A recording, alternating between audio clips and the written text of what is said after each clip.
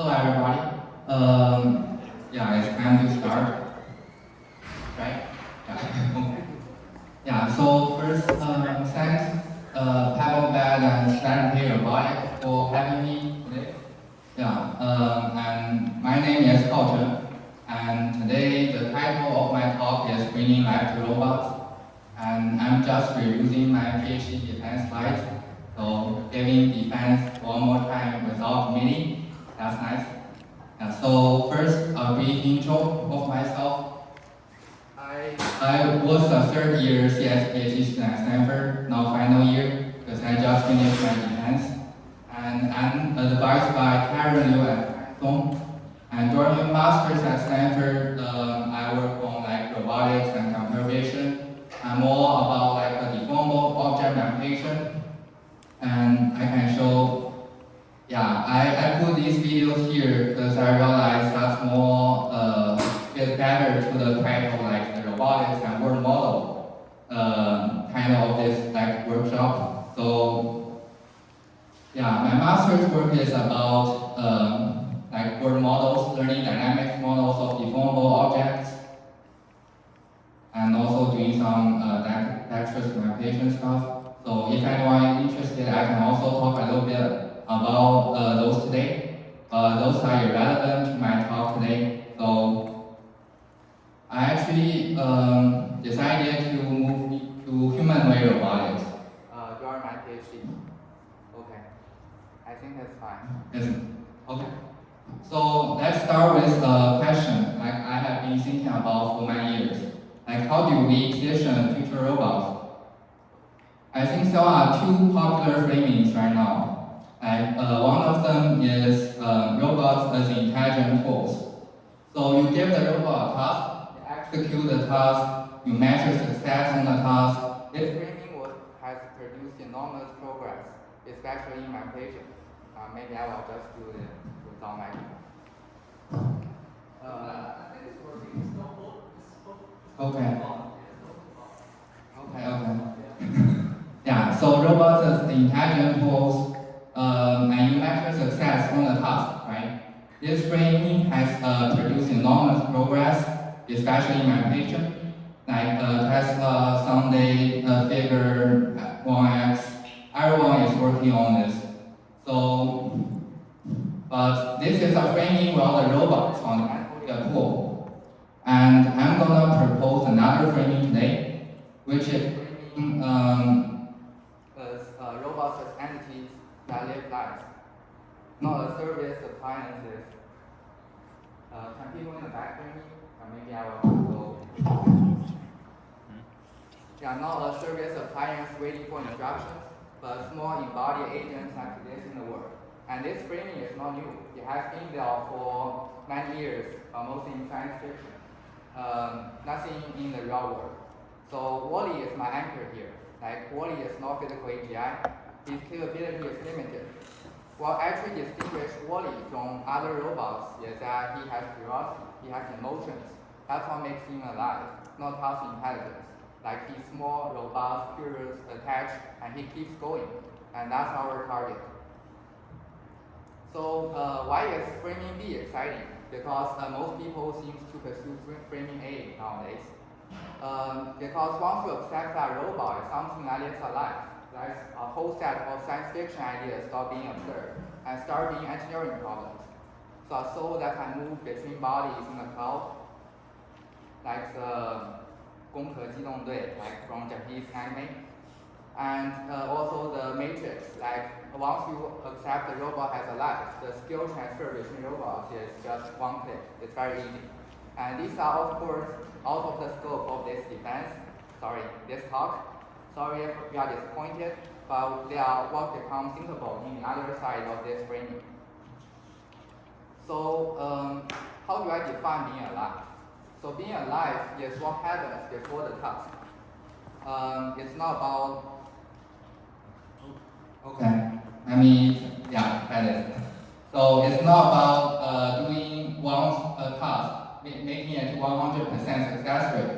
It's breathing, standing up, not falling over when someone bumps into you. It's operating 24 hours a day. So all of that happens before anyone gives the robot a goal. So I will call this layer instincts. And everything in this talk is in some way about getting instincts into a robot and let it improve on top of those instincts. So let's start with stage here, building a body. So we first thing we need is a body, right? And Alan Kay said it well, that people who are really serious about software should make their own hardware. And stage 0 of the dissertation is the body.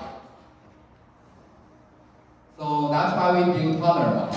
Toddler body is 55 centimeters tall, roughly 3.5 kilograms, and 3 of them is in the photo today. So Toddy, Arya, and Blake, in order of their age. Like the oldest is like 2 years old now, and youngest Blake is like 1 year old. Yeah, and toddler boy is like an open source, ML compatible humanoid platform, like we open source everything. And toddler boy is built on 2 pillars. So the first is capability. Like, and the robot actually do the things a small humanoid needs to do. There are 3 layers going into capability. The first, mechanics, the joint count, the range of motion, the transmission, and electronics, like sensing, compute power, and dynamics, how the body responds. It needs to be strong, it has enough payload, it can balance well, and we will walk through all 3 today. And the second is ML compatibility, used for learning end-to-end. That means 2 things. First, the robot can do sim-to-real policies that transfer just real shot, and real-world data action for imitation learning.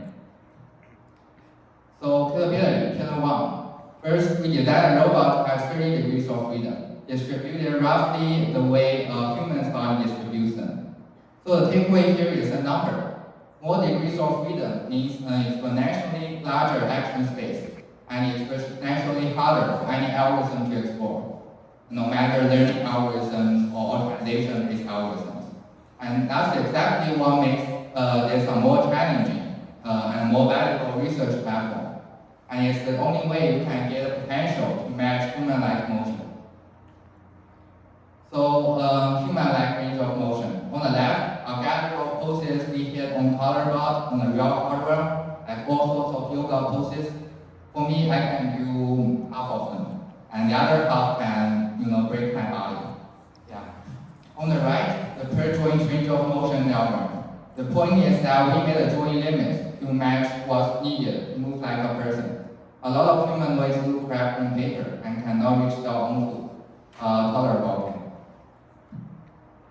So how do we fit 30 dots into this body? Direct drive motors, direct drive transmission doesn't always work. So 3 transmission mechanisms cover the harder joints. We have spur gears in the arm and gripper to relocate the joint or trade ratio for torque. Couple valve gears in the waist, 2 motors shout the load and drive 2 perpendicular dots in 1 compact unit. And parallel linkages in the neck pitch to put a heavy motor far from the joint and keep the inertia low. So nothing super complicated. The principle is the thinner the better, and just enough to make the transmission work. Second, electronics. So vision is 2 fisheye cameras in the head. Listen is 2 microphones also in the head. Speak is a small onboard speaker. Sense is an IMU in the torso. Power, a battery box in the torso. 2 to 5 hours of untethered operation depending on the load. And finally, compute is a Jackson oriented legs on the back. Like everything fits inside the body. So workspace and payload. On the left, carry mass. So the robot lifts and carries a weight that's 40% of its own weight, much better than me. So 40%, and a robot weighs 2.5 kilograms, so around 1.4 or 1.5 kilograms. And on the right, the carry volume, like an object that's even larger than its own torso volume. Yeah, check out how I push a powder on the left. I keep pouring screws into that cup. Yeah, one more screws because the density of screws are kind of high. So I keep pouring screws until the robot eventually falls. and balance strength, push-ups, pull-ups. I show this because a lot of humanoids, including some humans like me, cannot support their own weight with their arms. A taller robot can keep doing this for like an hour. So I think that's what distinguishes humanoids and bipedal robots. A bipedal robot is just that, right? A humanoid, the arms, the legs are equally important. Dynamic motion, a choreo. And the reason we do this is that the body itself has to be able to survive this kind of move. Like the joint should have the range, the transmission should take the impact, the structure shouldn't crack, and also, to survive, many failures before we finally successfully record this demo. Pillar 2, ML compatibility. So this is the part that distinguishes Tolerable from being just yet another small humanoid. So the rest of stage 0 is about how we make this robot a good platform for learning. First, we need a kinematics. Like the digital twin matches a physical robot tightly. Like every link, every joint, every mass measured, not estimated. And every joint has a plug-and-play 0-point calibration. Drop the robot into the jig, and the encoders line up to the model. Sounds trivial, like all these details make this digital twin actually a twin. Next, dynamics, 2 pieces. On the left, a handcrafted motor testbed. Yes, we 3D printed everything and purchased all the parts and assemble ourselves. And for every actuator, we run a sys-ID procedure and fit a model. On the right, the actuation model, like motor torque limit, conditional velocity. Without these two together, centrifugal fails. And with them, the digital twin actually predicts what the real-world motors will do. Calibration. We have 2 modes side by side. On the left, we have the joint space calibration. If you are familiar with the LOHA, it's basically something similar. We pop in the robot directly in joint space, useful for collecting demonstrations, and also a joystick for velocity commands for locomotion. And on the right is the end effector space with VR calibration. Like both can collect data for imitation learning pipeline.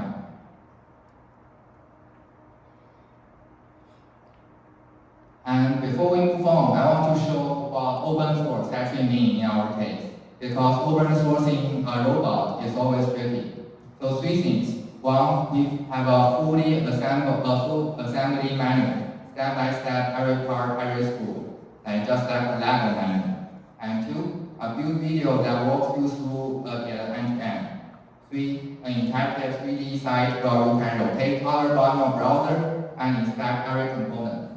So the point is we didn't just do a project and publish the code. We publish everything you will need to make one color for yourself.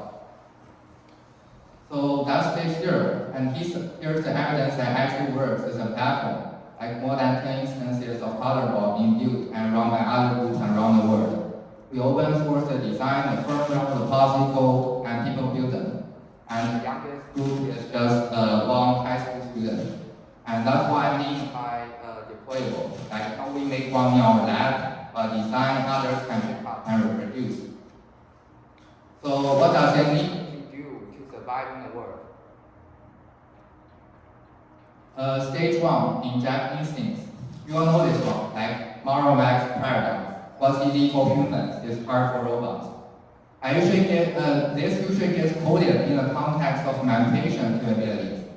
Yeah, but I want to push this a layer below that. So the things being hopeful, like standing without falling, recovering when you trip, not breaking when you bump into the world. Like humans take all of that for granted from day 1. Okay, maybe not day 1, like 1 year old-ish toddlers can do this. And robots don't get any of it for free. So that instincts layer, the pre-task layer, is what we have to inject. So instinct 1 is the most basic, like staying operational. Not falling over, recovering from falls, and moving across terrain. Just like these 2 cats walking through maybe dipsticks. So that's our second project, locomotion beyond speed. we have 3 stages for this paper. So we sketch trajectories using keyframes, and we use those keyframes to bootstrap our reinforcement learning policy. And then we deploy the policy on hardware. This pipeline is simple but effective. I'm going to walk through each piece in the next few slides. So the first is the keyframe GUI. This one made the bootstrapping practical. So the principle here is engineering can solve some problems that more learning or research cannot. And one thing I learned from doing robotics research for many years is sometimes it's very hard to distinguish whether a problem is an engineering problem or research problem. And making that distinction is very important. And by making this software intuitive and integrating physics verification alongside it, we can zero-shot replay a long motion sequence in the real world. And keyframes allow us to push the robot to its kinematic and dynamics limits comparing to human motion target. And with this tool, here's our skill library. So getting down to the floor, crawling, wall climb, platform up and down, stealth up and down, in-place rotation, walking. Like each one is learned independently. Like a planner changes them in any order the terrain demands, like in this video. So the robot executes these skills in sequence. Navigating a wall, then stealth, a trail, a box, completing the full course end to end, with no human in the loop. And due to tolerable small size, like obstacles like these are actually quite challenging. So Blake here in this video must use his hands and other body parts to help stabilize himself. And that's what we mean by locomotion beyond feet. And that's the thing special about humanoid, right? The arms and legs are equally useful. And when it comes to manipulation, arms can do manipulation. And when we do locomotion, especially challenging locomotion, arms, legs, we can use all the things we have.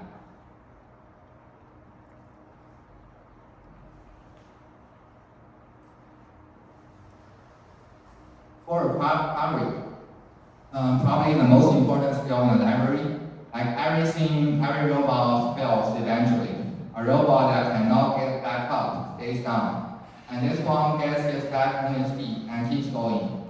There are 2 starting positions, like lying face up or face down, because it's difficult to stand directly from our face up position. I tried myself, it's hard. And our strategy is to first roll the face down and then stand up. So actually similar to how I would get up from bed in the morning. Next, robustness. So we tested on different obstacle sizes, like the robot had never seen in training. Like 3 walls of thin height, thin tall box, thin short box. The policy generalizes because we applied the normalization during training, covered all these variations. Next, perceptive skill selection. The robot uses cameras to look at the terrain ahead and pick which skill from the library to deploy. With the skill selector, the robot can traverse the terrain in any permutation. So we have the wall, the box, the skills. We just randomly permutate the order and test our in-house light framework, and it can traverse all of these very easily. And when using Tolerable as a research platform, we also make sure our work can transfer to other embodiments. Like the video demonstrates that the same skill acquisition framework can be actually applied to other humanoids, like Unitree G1 and Booster G1. That concludes the first instinct, staying operational. Also, let me know if you have any questions. If not, I will move to the second instinct, compliance. So compliance is about surviving contact. As the word touches you, do you hear or do you fight, right? A robot that's rigid breaks the word or breaks itself. So we need to learn from this cat here and being very compliant, protect itself. So why does position control fail at contact? at two failure modes.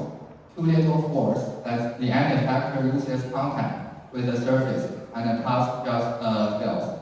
Or too much force, like the robot tracks trajectory very rigidly, and the tangential friction increases until the task fails. Both happen constantly in the real world. That's why we need compliance. So here's our approach in action. And parallel join with compliance. The end effector maintains stable contact from start to finish, adapts to surface variations, and completes the trick. Like, how do we achieve this? There's actually no force sensor, no learning for the compliance layer. So you may wonder what's that. And before we reveal the answer, current compliance approaches have two camps, like classical model-based compliance, impedance, luminance controllers with force bulk sensors, very widely used in industry arms. They are expensive, hard to tune, but they are very reliable. Or RL-based compliance, like linear stiffness pulse. They are very easy to train, very easy to get, you don't need any sensors, but they are brittle, they're hard to certify, and they suffer from auto-distribution errors. So we want compliance that's cheap and safe at the same time. So that's our approach, minimalist compliance control. Two pieces. First, range estimation. We read motor current or voltage signals available on any robot with quasi-graduate motors or servos. And apply a motor torque model plus Jacobians to estimate the external range. No force sensor, no learning, no current control required. Second, the compliance controller. The range estimation feeds a screen mass damper model and updates the task-based prediction reference. The whole thing sits between any high-level planner and low-level actuators. Plug and play with rich language model policies, imitation policies, or model-based policies, or planning based on word model. It's just a low-level compliance layer that can be plug and play. So, join and lighting. This video shows Powerbot, where one mark first, and then navigates to the other side of the base, and then wipes again using MCC. The compliance layer keeps the end effector in stable contact throughout, adapting to surface variations on the base. Next, compliance controller analysis. We compare the estimated force versus measured external range with an API sensor. Our estimator tracks the true contact force closely without a force sensor. Also, even sometimes there's a small gap of magnitude. Our estimator remains accurate in the frequency domain. Also, like if anyone tells, we actually do have a math proof showing guaranteed admittance when the estimate is accurate in the task frequency band. Second evaluation, imitation learning. Like we train a diffusion policy with 200 demonstrations for egg placing task. With MCC as the low-level controller, like success rate is 80%, and with position control 40%. So the baseline either fails to stabilize the bread as a stopper, or applies excessive force with the spatula, so the spatula cannot go under the egg. Third evaluation, ball rotation with a model-based policy. MCC achieves an average rotation of 21 degrees. The position control baseline either slips immediately or rotates by only 2 or 3 degrees. So this is more like a traditional model-based approach for the planning, plus our compliance layer. And we also ran MCC on the lead hand, like finger drawing and wiping. Same principle, like we use the motor current signals, same torque model, same controller. Like the position control baseline either fails to establish contact or tracks poorly due to excessive force. And our approach is a completely embodiment agnostic. So in theory, they can apply to any robot with just modern servo motors or QED motors. And we also try on Unity G1, like we deploy MCC with no hardware changes, like with the help of codec and cloud. It only takes me 5 hours from walking into the room with the robot and wrap up the experiment. My first time writing the coding agents writing real-world deployment code directly for me, and surprisingly works very well. And on the right, we can also do like full body context.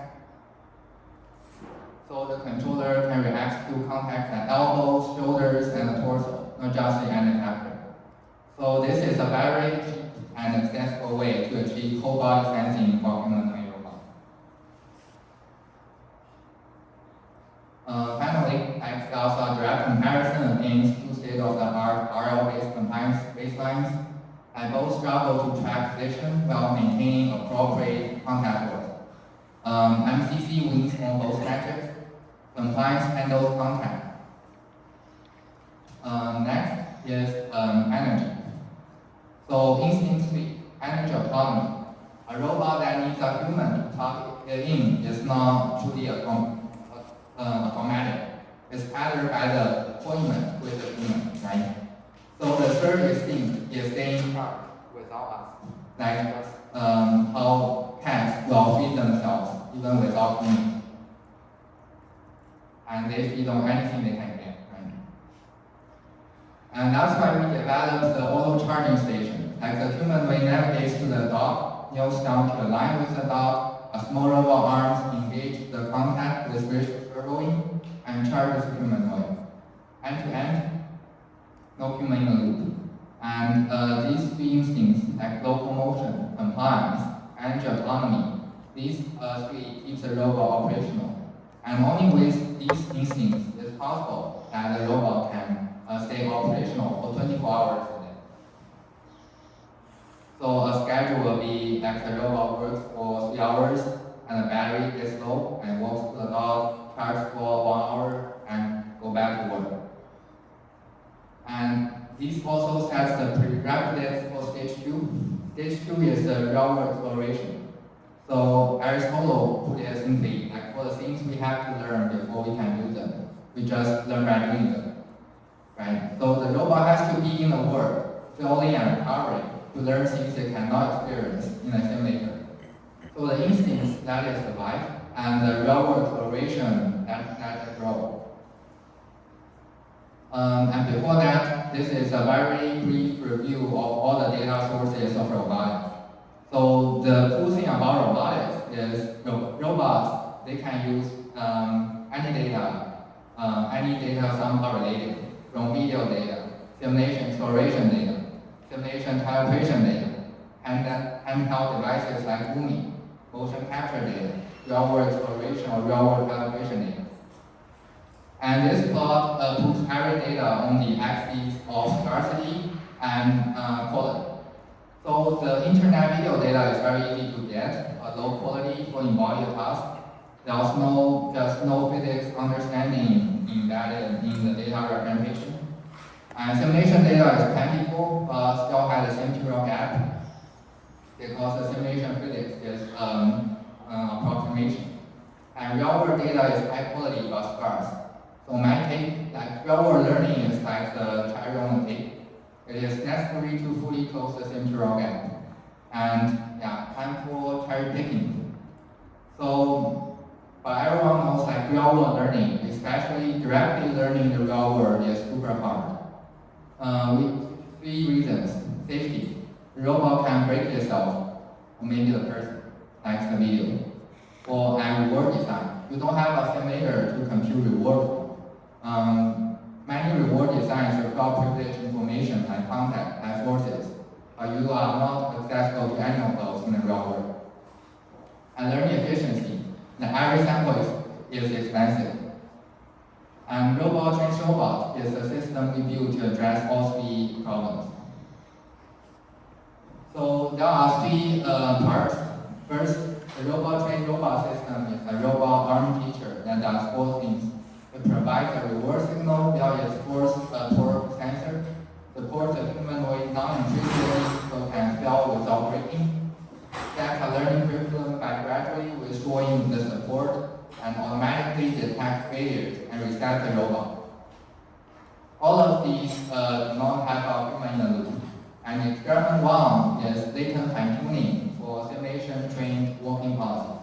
Experiment 2 is a real-world RL from scratch for swing up. So let me walk through how what does the arm teacher actually help. So there are 6 roles. The arm teacher contributes to the reward signal. It provides protection from failure. It provides a learning schedule. It defers harder over time. It can also apply perturbation for robustness, just like the domain validation in simulator. And the arm teacher can also detect failures. And it can perform automatic resets when it detects failures. So this is the RTR system in action. One non-intrusive support, like the robot is being compliant, and there's also a learning curriculum, like the lead direction can gradually lower, like the lower is harder because there's less support force on the string, on the shoulder of the robot. And 3, failure detection and automatic reset. Like all of these does not have human in the loop. So experiment 1, walking on treadmill, which requires accurate velocity tracking, because like if you cannot track the treadmill velocity accurately, then the robot just falls. And we close the synchrotron gap with this fine-tuning method in 17 minutes. So this is not walking training with the arm teacher, and you can see the arm being compliant and curriculum kicking in as the arm gradually withdraws. And after 17 minutes, the fine-tuned policy tracks speed from the treadmill, robustly in the real world. Next, the algorithm, like the dynamic latent optimization, 3 stages. We first learn a latent representation of the dynamic gap. Then we optimize the latent on real-world rollouts, and we use the latent to condition a pre-trained class. And by latent, I mean really just a 1024 number vector.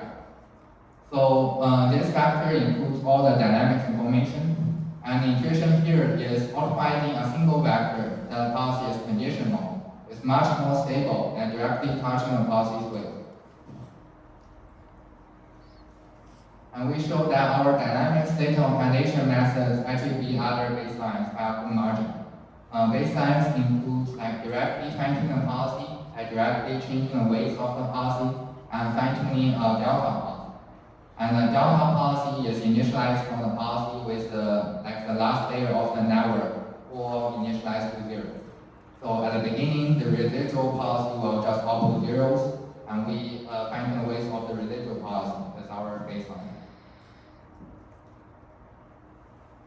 We also compare our method with canonical real-world adaptation methods such as rapid motor adaptation, and show that our method is more efficient and more stable.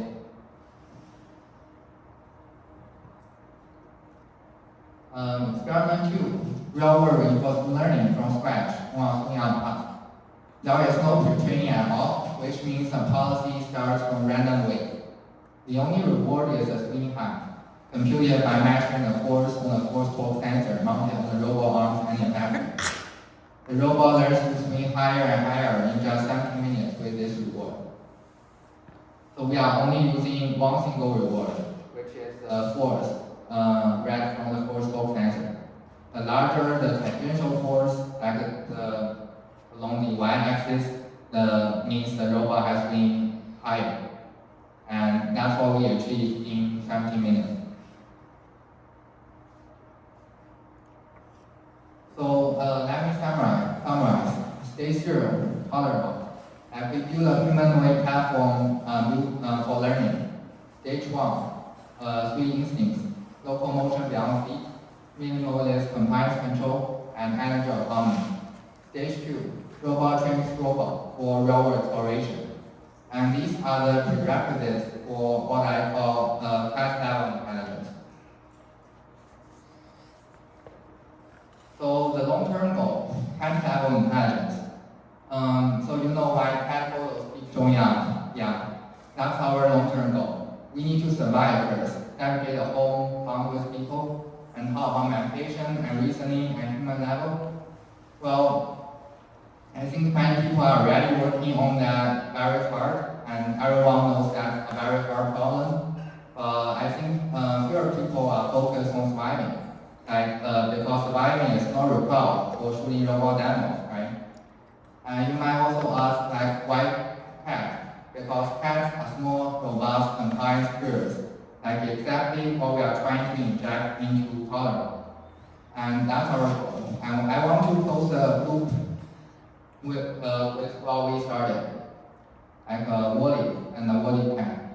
It takes me some time to find this, a cat looking like Wally. Okay, I will pause here for any no questions for the instincts and exploration I talked about. Could you talk a little bit about the compliance side? You acknowledge in the paper in the real world there's difficulty around heat from the motors, etc. If you were to account for those things, how would you change the model? Yeah, that's a great question. And so right now our model is very minimal. We just sysid all the things that are necessary to make it work. For example, frictions in the motor, damping in the motor.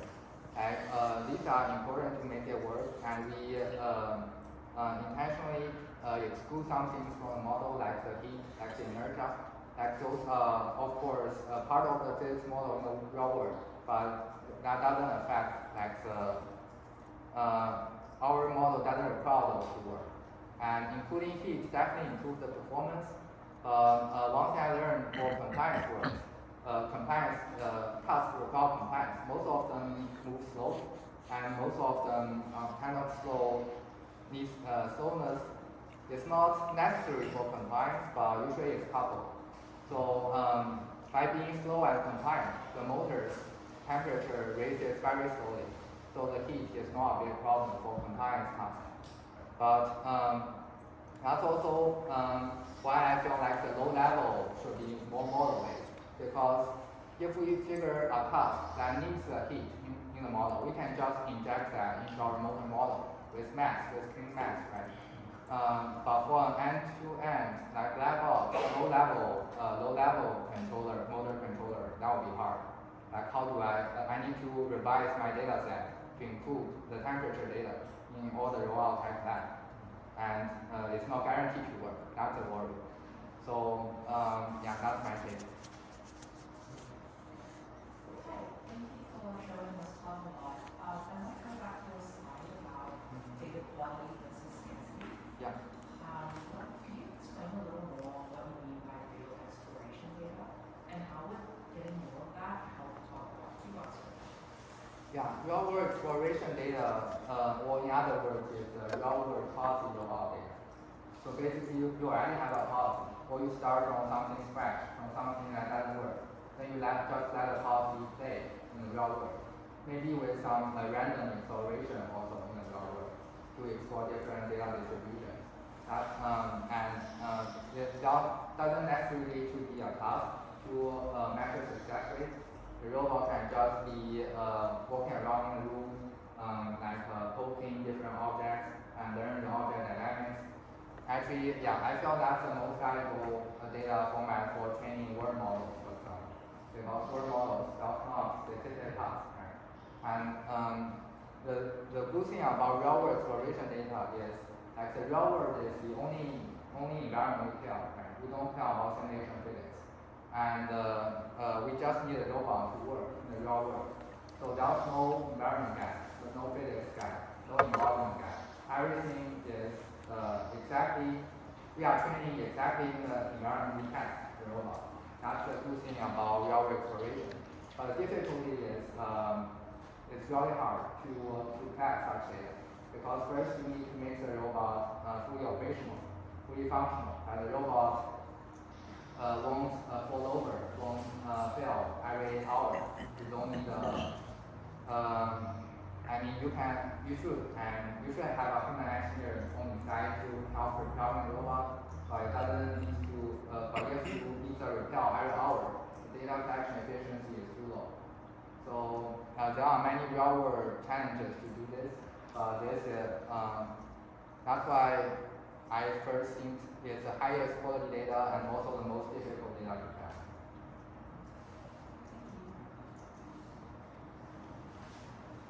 So to my best of knowledge, every motor has their backlash. So when you deploy your compliance model, how do you deal with motor backlash? How do you consider that? Yeah, backlash is definitely a big problem, and it's a big problem for every method because backlash is not cannot be observed, right? The encoder cannot catch it. So first, the motor cannot be too bad. Like we can expect backlash of 2 or 3 degrees, but it should not be too large. And 2 or 3 degrees is actually, in some sense, good for doing tasks because that's some passive compliance, right? Although you cannot model it, the algorithm cannot sense it, but it is passive compliance. So with both passive and active compliance, we figure many tasks are more robust than that. I see. So as the degree of freedom increase, the kind of passive compliance will be more serious. So like do you have any statistics to show the compliance is actually come from passive or active? Yeah, I guess our analysis is more empirical. Like I think the backlash the compliance can compensate for the backlash a little bit because you don't need to be super accurate in tracking to be compliant, right? And compliance kind of compensates for the tracking errors because if I want to wipe a whiteboard, right, I push a little bit into the whiteboard, it's fine because I'm being compliant. And if I miss the whiteboard a little bit, that's also fine because our compliance controller has a feed-forward term, like a torque, to push the any factor toward the board until it reaches the content.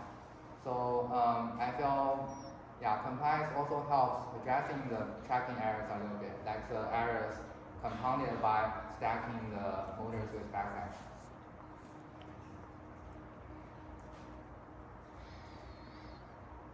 Okay, yeah, I have 2 more slides. So basically, yeah, some takeaways, some observations I have while doing my PhD. Like the first principles of robotics, my understanding. So the first part is understanding the full stack. So a lot of time when we work on a robotics experiment, the biggest question is whether it's a hardware or software problem, or is it a learning or sensor problem, is it an engineering or a science problem. I mean, because like the robotics is so complicated, like it involves many different parts of science and fields, and it's very hard to distinguish with what problem it is when we see a bug or see a problem.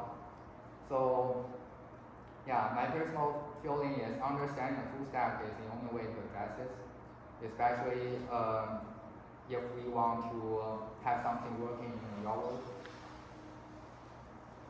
And the second part is like the grounding to the real world, because I think that's the most different part of robotics comparing to other AI fields. Like the robotics, we build robots to operate them in the real world, right? So the simulation can get us started, and the instincts that can keep us operational. But the real world deployment is what that matters. And yeah, and that's why I felt deployment as soon as possible to Google Home, to the factory, any kind of real world deployment instead of showing demos in the lab is super important. And because there are many cases like a demo works, but actually it does not. And I can use one of my works as an example, like the dumping work. So this is we doing a mappation work to do dumping making end-to-end, like starting from a goal to a dumping.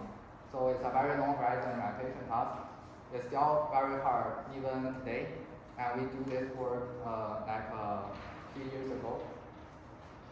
But the success rate I will be honest, it's like just 40%. And but to publish a paper, we only need one working demo. So I spent 2 days and shooting the demo.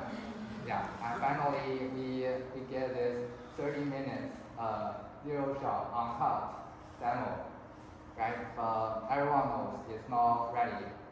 So that's what I mean by drawn into the real world. Like we need real success rate, real deployment in actual people's homes, solving problems people actually care. Yeah. And I will end my talk here.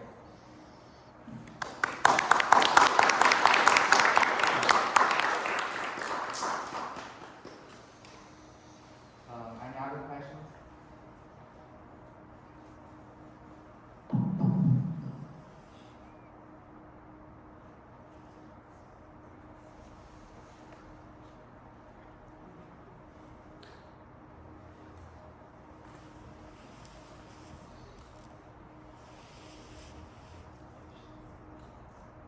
So maybe you can just ask one last question. Like in the humanoid robotics, do you feel the challenges comes more from like hardware side, or is it more from the software side, or is it kind of a mixture of both? Yeah, that's a great question. So I feel first hardware side. I feel hardware side is we are hitting a platform here, like a plateau here. We are converging, like different company, different robot design, different solutions are converging to similar design, similar choices. And for 2 reasons. First, I feel the current hardware is already good enough if we don't care about the cost. If we invest enough money into building the hardware, we can get very good hardware. Like we can make it to Mars, like 20 years ago, right? So but there are some science problems that limiting the hardware to get even better. For example, every motor is powered by magnetic field right now, and how much current you can draw in those like copper valves decide how strong the magnetic field you can produce, decides how much torque you can produce. And so right now we need like thick enough like copper valves to draw enough current. But if we find a material that can draw larger current with much thinner wires, we can make the motor much smaller. And making the motor much smaller can enable a lot of things. Like we can really build very small robots. And right now the humanoids, like the taller robot is it's the smallest humanoid you can build without sacrificing degrees of freedom. So it's 30 degrees of freedom, we make it to 55 centimeters. And we made the biggest design challenge was how to fit everything with such limited space. Yeah, but if we can build smaller, stronger motors, I think that's possible. So that's the hardware side. And software side is definitely the current bottleneck. Like the manipulation intelligence, everyone knows it's very hard. Self-driving takes us like 10 years, right? Manipulation is much harder than self-driving because the physics world, the action space are much more complicated than driving on the road. And I do feel like maybe if the AGI comes first, it will accelerate the physical AGI a lot, but there's no chance the physical AGI will land before AGI. So because just operating the real world and doing all the manipulations is too hard. Is it because you think we're lacking of training data? So you think we don't have very good models to train it? What do you think the bottleneck really is? Yeah, that's a good question. So first, I'm not sure about the model architecture. I think no one is sure. Like everyone is trying to reproduce success in the large model patterns, right? Like robotics foundation models is basically language vision foundation models with a different format of data. And for the data, I feel like the scaling law I'm not sure it might still hold. I felt that robotics has the curse of dimensionality. Because the data, robot data is much more higher dimensional than language data, than video data. Does that mean our data set needs to grow exponentially as well? And if that's the case, then scaling law might still hold, but we might see that later. And yeah, that's why I feel like deploying to people's home and building a data flywheel is the right approach. So yeah, I don't feel like it will, like physical AGI will get built in a lab. It will just, it will definitely like improve gradually when people doing one way of deployment after another, and will get better and better. Thanks, sir. How much did it cost to build all the versions? And where did you guys get the funding? Like my advisors pay for everything. And it takes $5,000 to do one model box. So like for the free color boxes, it would be like 50,000. Yeah, and 70% is to the motors. We are using dynamics motors, which are actually quite expensive. And yeah, and like the Jackson we are using costs another $1,000. And all the rest, like 3D printed materials, is just free, right? And yeah.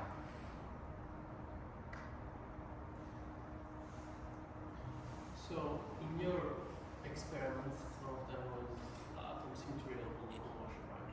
Yeah. So we have almost like a standard recipe for locomotion for simulated applications, but based on your experience, do you have any feeling for simulated applications for translation? Do you think is there any standard for that? Yeah, that's a good question. I feel sim-to-real for locomotion is much easier because we are only dealing with contact with the ground, right? And even it's a rough terrain, we are dealing less than 10 contacts. So it's much easier in terms of locomotion. For manipulation, I feel the biggest problem right now is still the simulation fidelity. Simulation fidelity and physics contact solving. Like the simulation and real world is just the gap is too large. And I know people are trying to build better simulators, maybe even leveraging real world data to improve the simulators. And I feel that's a promising direction. Yeah, because I don't know the details of solving analytical physics in those analytical simulators.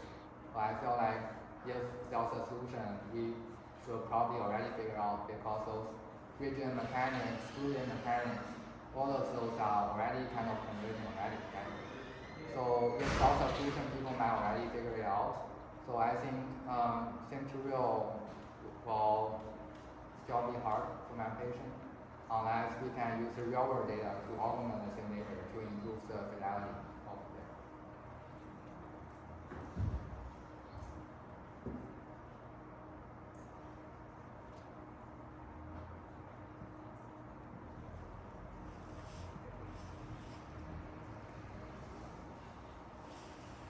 Any other questions, guys? Friends?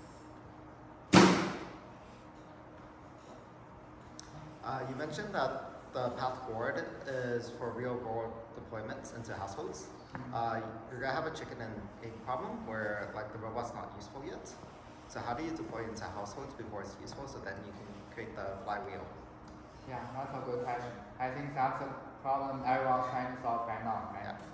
Yeah, basically, it cannot be generally useful in the 1 year or 2, but it can be useful for some tasks. I think that finding the right application, the right use case, is the right approach probably. And it definitely is capable enough to do some easier tasks. Like, I watched the figure, packet sorting live stream. It's apparently robust enough. Yeah, so for easier tasks, yeah, we are ready and we should deploy them when it's even it's a little bit awkward to deploy, but we should still try to deploy as soon as possible. Do you mind if I continue the conversation? So, if the goal is to deploy as soon as possible to real world environments, do you think that a leg system into households or a wheeled system is the right approach? Sorry. Do you think a wheeled system or a leg system is the right approach into households? That's a good question. And you know, I work on with labs research, right? And that's why I feel strongly like we should not use lab-based system because it's just intrinsically unstable. And say even your algorithm works very well, the robot will sometimes hit a bug, right? And when the power is low, the legs will just stop working and will just fall over. It's not safe.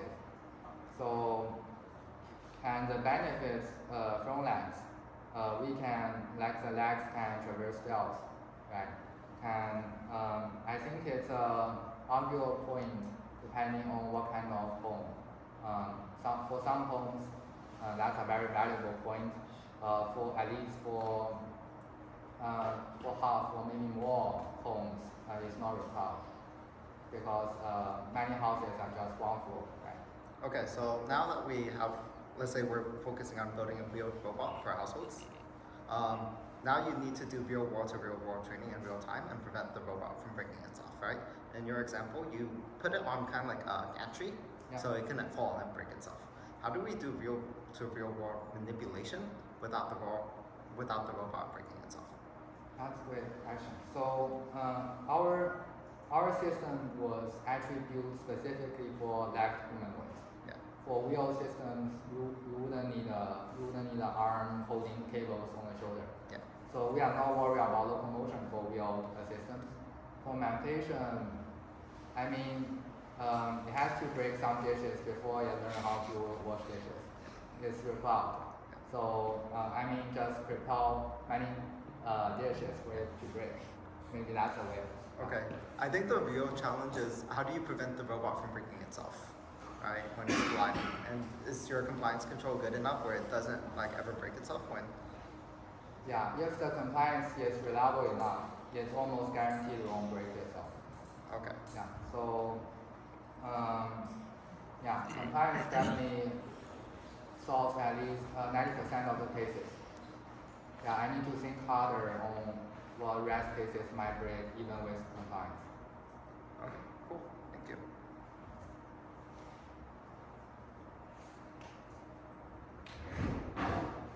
Any other questions? Sir, how big was your models for locomotion? How big is my model? Your models for locomotion. Oh, it's just 3 layers of MLP. Like all the whole body control, locomotion policies right now are super small. And we usually just deploy them on CPU because it's small enough. It was like more than enough for you. So okay, but what was like loop speed of this? 50 hertz. 50 hertz. It was enough for you to make the basic locomotion. Yeah. Yeah, 50 hertz is very enough. Like we can hit 100 hertz, but yeah, empirically it's not necessary. So it was not like necessary, or like it was your hardware limits? Yeah, our hardware can support up to 100. I mean, with better hardware, we can hit higher. Yeah, but empirically, we found it not necessary to do that because most of the motions, like the humanoids are following, their natural frequency is actually low. Like when I walk, when I move around, the natural frequency might just be a few hertz. Like using a 50 hertz signal to track that is good enough.